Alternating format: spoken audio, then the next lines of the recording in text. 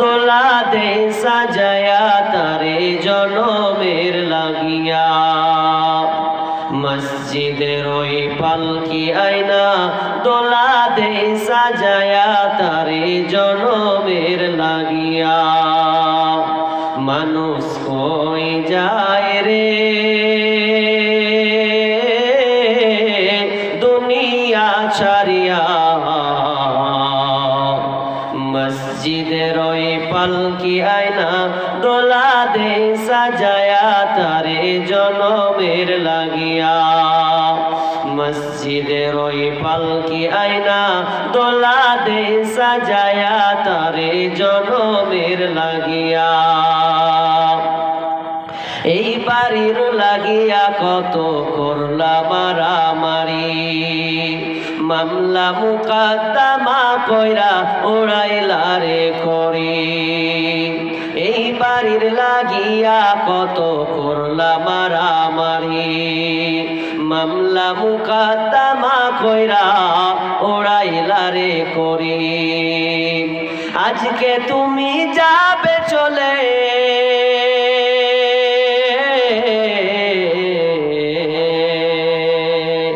আজকে তুমি যাবে চলে সব কিছু ফেলিয়া মসজিদের ওই পালকি আয়না দোলা দে সাজায়া তারে জনমের লাগিয়া মসজিদের ওই পালকি আয়না দোলা দে সাজায়া তারে জনমের লাগিয়া মানুষ কই যায় রে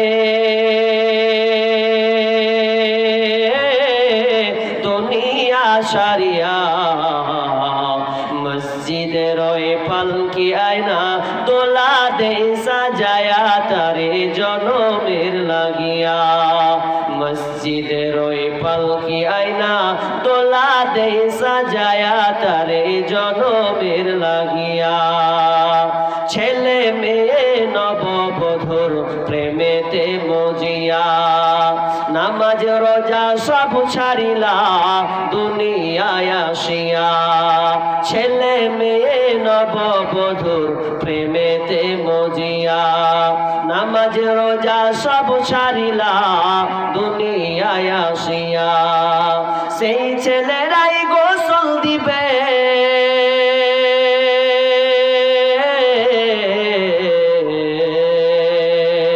সেই ছেলেরাই গোসল দিবে মশারি টাঙিয়া মসজিদের ওই পালকি আয়না দোলা দে সাজায়া তারে জনমের লাগিয়া মসজিদের ওই পালকি আয়না দোলা দে সাজায়া তারে জনমের লাগিয়া মানুষ কই যায় রে দুনিয়া ছাড়িয়া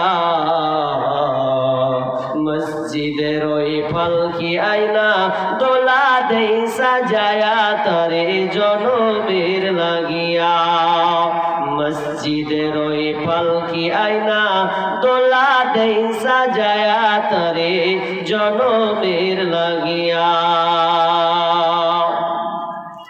উপস্থিত সম্মানীয় সুযোগ্য আজকের অত্র সভার স্বনামধন্য সভাপতি মঞ্চ উপবিষ্ট ওলামা ইকরাম আমার সম্মুখে বসে থাকা দিনদার ইমানদার মুমিন ভাই সকল এবং বাম দিকে রত বসে থাকা দিনদার ইমানদার মা ও বোনেরা সর্বপ্রথম সেই মহান মনিবের দরবারে প্রশংসা জ্ঞাপন করে যেই মহান মনিব আমাদেরকে এক গুরুত্বপূর্ণ মজলিসে কোরআন এবং হাদিসের আলোচনা শ্রবণ করা এবং আমলের উদ্দেশ্যে যিনি বসিয়েছেন তার প্রশংসা করি আমরা সকলে বলি আলহামদুলিল্লাহ।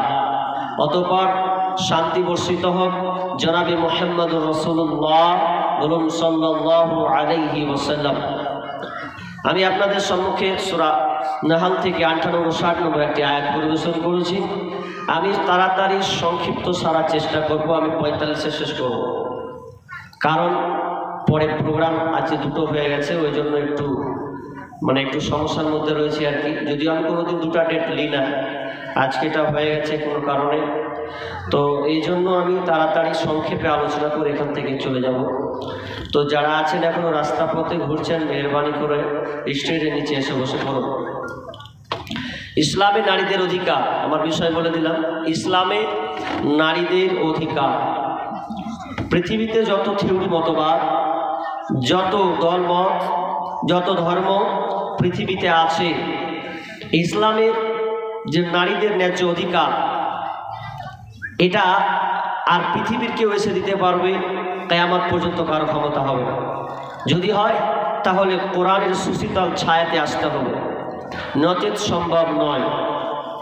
অথচ বুদ্ধিজীবীরা বলছেন যে মেয়েদেরকে সমান তাদের সমান অধিকার দিতে হবে, কথাটা ভুল। সমান অধিকার না, এটা বলা যায় ন্যায্য অধিকার। তো ইসলাম তো নারীদেরকে ন্যায্য অধিকার দিয়েছে, তার হক, তার অধিকার, তার প্রাপ্য, সে কি পাবে। আমি বিস্তারিত বলবো না, তবে এইটুকু একটা বলে রাখি, নারীকে ইসলামে নারীদের অধিকার ব্যাপারে 3 ভাগে বিভক্ত করা হয়েছে। ক ভাগে বললাম? 3 ভাগে। 1, কন্যা হিসাবে তার অধিকার। 2, স্ত্রী হিসাবে তার অধিকার। 3, মা হিসাবে তার অধিকার। তার মানে বাল্য প্রাপ্ত আপনার বার্ধক্য পর্যন্ত 3টা এখানে পাওয়া গেল। 1, কন্যা হিসাবে, স্ত্রী হিসাবে এবং মা হিসাবে। তাহলে 3টা পর্যায়ে আমরা পেয়ে গেলাম। এর চাইতে আপনি আর কি নেবেন? আসলে আমাদের চরিত্রের অভাব, চরিত্রের অভাব নয়, চরিত্রের অভাব। নইলে কেন স্লোগান মারে যে ইসলামে মানে ভারতবর্ষে, বাংলাদেশ, যে জায়গায় বলুক না কেন, বলছে ইসলাম নারীদেরকে অধিকার দেওয়া হয় নাই। তোমার চোখ কানা অন্ধ। মানে ওরা এমনভাবে বলছে, মানে শিয়াল মুরগিকে বলছে যে কি ব্যাপার রে, তোরাকে ভেতরে ঢুকিয়ে দিয়েছে, এটা বাড়িওয়ালারা কাজ করছে, বেড়া দিয়েছে, তোর ঘুরে বেড়া। কে বলছে কথাটা? শিয়াল বলছে যে তোমরা কেন গন্ডির ভেতরে আছো, এটা তোমাদের উপরে ভালো কাজ করেনি, ওরা ভালো নেচার করেনি, খারাপ করেছে। তো বলছে খারাপ। আচ্ছা, এখন যদি শিয়ালের কথা শুনে মুরগিরা যদি আন্দোলন করে, কাজ হবে? ও তো শিয়াল উৎপেতে বসে আছে, পের হলি খেয়ে খতম। কিছু মাটা বুদ্ধিওয়ালা লোক আছে বর্তমানে, রাজনীতিবিদ, অনেক কিছু আমি বললাম না খুলে, তারা বলছে যে মেয়েদেরকে দিতে হবে হাতে কাঁধে কাঁধ মিলিয়ে। বলছে আমরাও যেমন কাঁধে কাঁধ মিলাবো, মেয়েরাও কাঁধে কাঁধ হাতে কাঁধ মিলিয়ে বাজার মার্কেটিং করবে। কত জঘন্য জিনিস। ওরা আবার স্লোগান বের করছে, আমাদের দেহ আমাদের মন, বাধা দিবে কেন অন্যজন, আমরা স্বাধীন, আমরা নারী, যা ইচ্ছা তা করতে পারি। আমাদের দেহ আমাদের মন, বাধা দিবে কেন অন্যজন, স্বামীর কথা শুনবো না, বদ্ধ ঘরে থাকবো না। আমাদের দেহ আমাদের মন, বাধা দিব কেন অন্যজন, আমরা স্বাধীন, আমরা নারী, যা ইচ্ছা তা করতে পারি। তা আমি শেষে বলি, আর পাছায় মারো ঝাঁটার বাড়ি। ও এখন নিবেও রাস্তা পথে ঘুরবে, ওই শিয়ালের মানে হস্তক্ষেপ হওয়ার জন্য সে বেরিয়ে পড়ছে, কিন্তু না। তাহলে আমি যদি এখন বলি ইসলামের নারীদের অধিকার কি দিয়েছে কোরআন, তাহলে আপনাকে জাহিলিয়াত জানতে হবে। জাহিলিয়াত কত নোংরা ছিল, আপনি চলেন, আমি বিস্তারিত বলছি না, আমি আয়াত পড়ে চলে যাই। বিসমিল্লাহির রহমানির রহিম। ওয়া ইযা বুশিরা আহাদুহুম বিল উনসা যাল্লা ওয়াজহুহু মুসওয়াদ্দান ওয়া হুয়া কাযীব।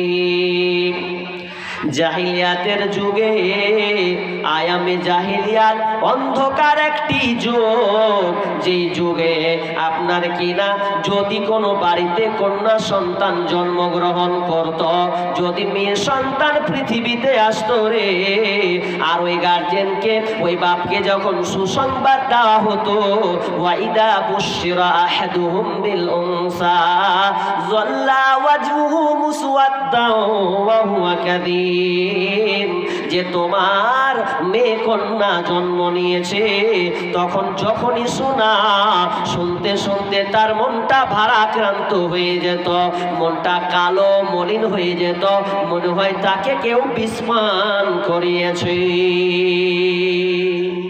মেয়ে হচ্ছে বোঝা, মেয়ে হলেই মেরে দাও, রাখা যাবে না। জাহিলিয়াত খারাপ। কেন মারতো তারা? কয়েকটা কারণ মারত। মেয়েদেরকে দাসী হিসাবে ব্যবহার করা হতো, মেয়েদেরকে ধর্ষণ করা হতো, বিবাহর কোনো ঠিকঠাক ছিল না। জাহিলিয়া 4 ধরনের বিবাহ হতো, এটা আজকে বলবই না, বাদ বুখারীর হাদিস কিতাবুন নিকাতে এটা বর্ণনা করা আছে। মা আয়েশা রাদিয়াল্লাহু তাআলা আনহা তিনি বর্ণনা করছেন বিবাহর রীতিনীতি কেমন ছিল, এটা আর বলছি না। তবে মেয়েদেরকে তার মর্যাদা দেওয়া হতো না। রাস্তায় পেলে মেয়েকে ফেরে খেয়ে নিত, পেট ছিঁড়ে দেখতো ছেলে না মেয়ে আছে, এক কথায় মেয়ের মর্যাদাই তাকে দেওয়া হতো না। আর মেয়ের যদি মর্যাদা নাই দেওয়া হয় তো কোনো বাপ চাইবে যে আমার মেয়ে বেঁচে থাক? ও তো বলবে। তারা কি করত? তাদের কথা হচ্ছে যে কন্যা সন্তান হবে, গলা টিপে মেরে দেবো, 2 দিন কানবো, ঝামেলা শেষ। কিন্তু মেয়ের এত নির্যাতন দেখতে পারবো না, এজন্য মেয়েদেরকে তারা কি করতো? জ্যান্ত পুঁতে দিত। ওটাই আমার আল্লাহ বলছেন, ইয়াতাওয়ারা মিনাল কওমি মিন সুই মা বুশিরা বিহি আয়ুমসিকুহু আলা হুনিন আম ইয়াদুসসুহু ফিত তুরাব। যখন মেয়ের সুসংবাদ দেওয়া হতো রে, তখন তাদের মুখটা মলিন হয়ে যেত। তার গ্লানির কারণে সে গ্রাম থেকে, কম থেকে, তার সম্প্রদায় থেকে অন্য কোথাও সে পালিয়ে যেত, আড়ালে থাকতো। কেন কেন কেন?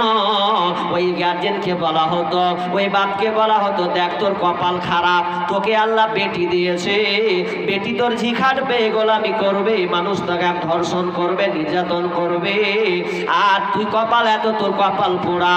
মানুষ ধিক্কার জানাতো, খালা বলতো আর কি করতো, মাসি আর কি করতো, কাকি আর কি করতো, গ্রামের লোক তাকে নিয়ে ঠাট্টা বিদ্রুপ করতো।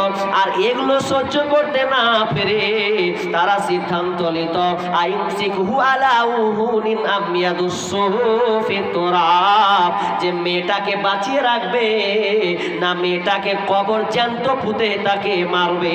সিদ্ধান্ত নিত, মেয়েকে বাঁচিয়ে রাখবো না, জ্যান্ত পুঁতে পুঁতে দেব। এই সিদ্ধান্ত নিয়ে আলা মা ইয়াহকুমুন। আর এই সিদ্ধান্ত কতই না জঘন্য। আমার আল্লাহ বলছেন, ওরা যারা সিদ্ধান্ত নিত রে, এটা খুবই জঘন্য, খুবই খারাপ, নিকৃষ্ট, মেয়েদেরকে মেরে ফেলে দিত।